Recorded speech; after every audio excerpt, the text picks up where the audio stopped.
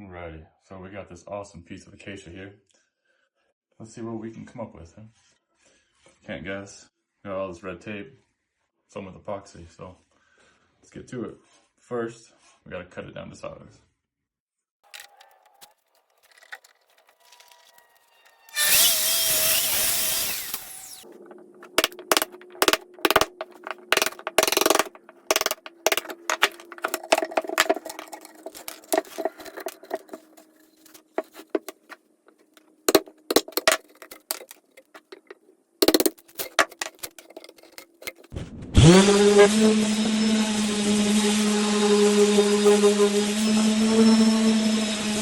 Alrighty, getting ready to pour another board. This time, let's try some craft resin epoxy. Oh, nice. Because with pumps, it's a big win. See which ones stick. Love that. Got part B, or part A. Right. Get these set up with the pumps, mix it, let's get pouring.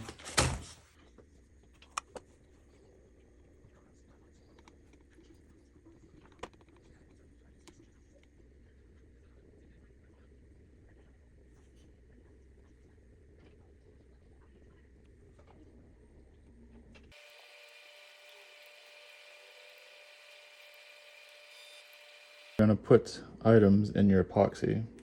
It's always important to remember that you need to seal them in the epoxy first before you do the final pour. The reason for that is a lot of the times, especially with these wine corks, there's lots of air that's going to be trapped in the wine cork. And when you don't seal it properly, all the air is going to release into your epoxy and create a ton of bubbles. So by sealing it like this, it releases a lot of those bubbles from coming out, and it makes your final pour, if it is going to be a clear pour, a lot clearer. Yes, it's kind of annoying. You gotta wait extra time to do this step, but if you're going for that crystal clear finish, it is highly recommended you do this, and it'll work for sure.